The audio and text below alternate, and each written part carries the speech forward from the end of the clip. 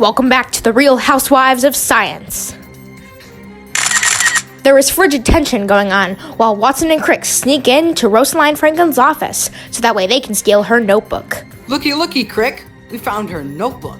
Let's go! Now we have a better chance at winning the Nobel. Thank you all so much for giving us this opportunity. How dare you? I'm just shocked to see two men betray me and taking credit for all my work. But it's okay, because deep down they know I'm a slave. Let's first talk about the history of DNA. This double helix structure was discovered by two scientists with the last names Watson and Crick. But a female scientist named Rosalind Franklin technically discovered this, and Watson and Crick took all the credit and won the Nobel Prize. Anyway, what were we talking about? Oh, yeah, DNA. Life chemistry sounds like a very in-depth unit, but it is actually pretty simple in reality. Other topics included is the structure of DNA, protein synthesis, mRNA, DNA replication. There is so much to talk about. The structure of DNA is technically more complex than you think, but it also is not once you've learned everything about it. We just referred to DNA as double helix structure because the shape looks like a twisted ladder and is a very long molecule. The DNA molecule contains genes. These genes determine our genetic traits. We have a lot of genetic structures to discuss, so it might help you to understand the organization of DNA structure. First, you have your amino acids, the building blocks of life and proteins. Your amino acids will make the proteins, and your proteins are coded by genes. Your genes are found in DNA, DNA is found in chromosomes are found in the nucleus is part of the cell, and then you have your tissues, organs, organ systems, and the organisms themselves. Okay, Foster, you take over for now. There's a lot going on in your DNA, so this molecule needs structural support to stay functional. These two pieces of support for the molecule are phosphase and deoxyribose sugar. One of four nitrogenous bases are attached to each sugar in the DNA molecule. A, T, G, and C are the four nitrogenous bases.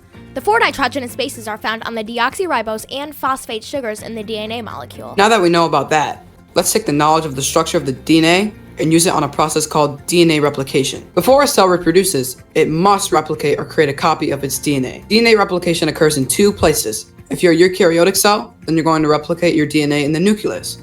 If you're a prokaryotic cell, then you will replicate your DNA in the cytoplasm. No matter what kind of cell you are, the replication of your DNA will be the same process. The process must be done exactly, or else mutations, which are genetic mistakes, can happen.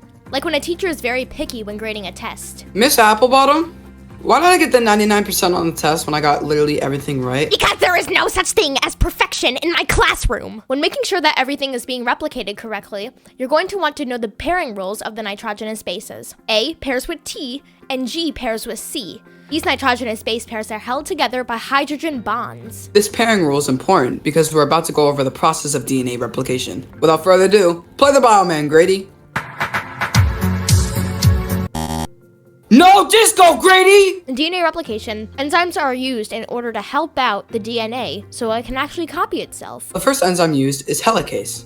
Helicase unzips the DNA into two different strands by breaking the hydrogen bonds that are in between the nitrogenous bases. The DNA is now two different strands. One will be used as replication and the other will be used as a template strand. Next up is primase. Primase is another enzyme that adds RNA primers to the strand of DNA. This is needed so that DNA polymers can add nucleotides to an existing strand of DNA that was just created by primase. DNA polymerase is the next enzyme that adds new nucleotides to the strand of DNA.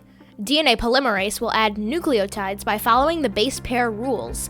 Let's say that a strand that was copied to make a new strand of DNA had the letter A on the first pair. Then its complementary strand would have the letter T. Take a look at this example right here. To make a new strand of DNA, the nucleotides are being picked by their nitrogenous base pair, which allows a complementary strand of DNA to be created. It may seem overwhelming, but in more simpler terms, the function of DNA polymerase is to create identical molecules of DNA by following the base pairing rules. Yep, and the RNA primers that were added by the primase enzyme so new nucleotides could be created, those same primers are going to be replaced with nucleotides, so the entire complementary strand is just nucleotides. After all of that, the last enzyme used is ligase. Firstly, let's talk about fragments. Right now, these nucleotides are split into different fragments or sections, so there are tiny spaces in between each fragment.